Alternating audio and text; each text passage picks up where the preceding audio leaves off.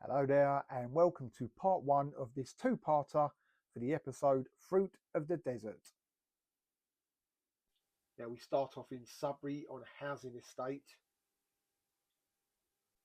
Lovejoy and Tinker are arriving to meet Harold Plum, played by the legendary Frank Finlay. Now as the truck starts off here, we see this corner house. And as it continues on down,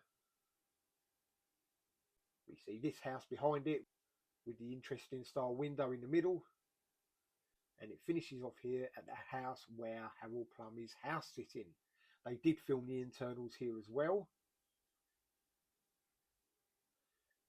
And all change across the side of the road. When Lovejoy turns up, we see a lovely green area, plenty of space for kids to play in, but present day, that green is now occupied by houses. So Lovejoy now tries to borrow the money. We find ourselves in Halstead High Street at the top. It was the National Westminster Bank. It's now, unfortunately, gone, as so many high street banks have.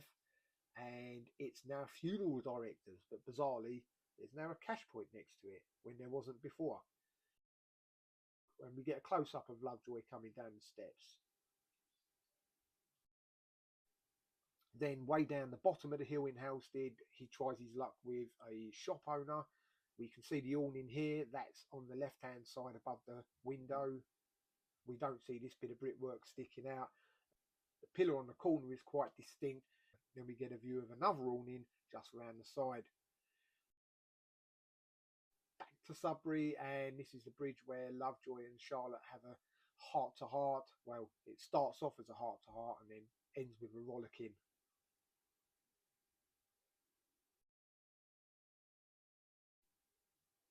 This is the building we see in the background.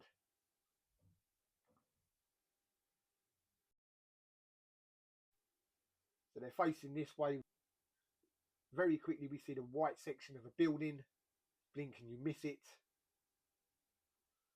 And when the camera comes onto Charlotte, who begins her moan at Lovejoy, come away from all this modern day growth, we can see the houses in the background.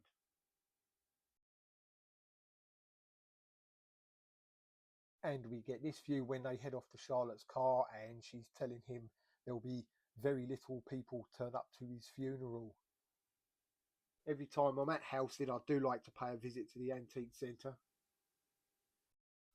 Interesting piece inside the door about the owner wanting to cash in on the popularity of Lovejoy and the fact that they'd filmed here.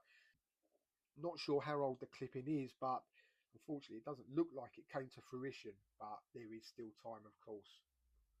And inside upstairs, there's a new framed set of photos signed by the cast.